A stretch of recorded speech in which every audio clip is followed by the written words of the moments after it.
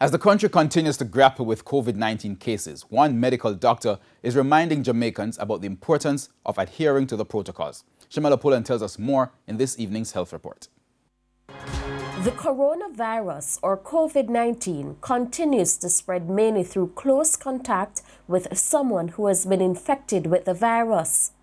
However, the virus can also spread if an individual touches surfaces and objects that are contaminated.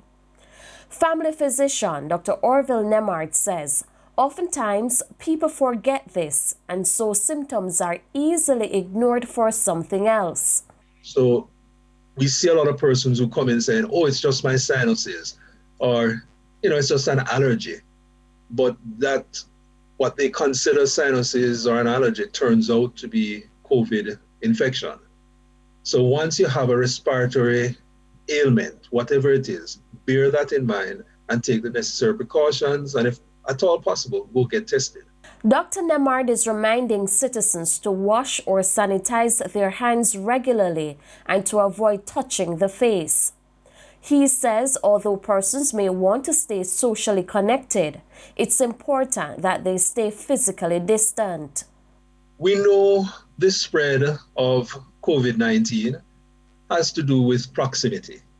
So we talk about that 6-foot distance in which we have the potential for droplet, aerosol, whatever you want to call it, but the spread there from just our talking, coughing, sneezing, you want to minimize that.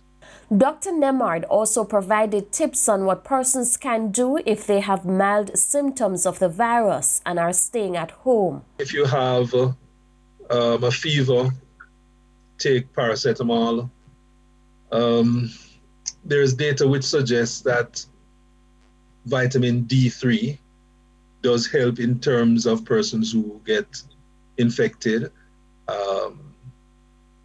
Persons talk about zinc as a supplement as well. With your health report, I'm Shamela Pullen wishing you good health.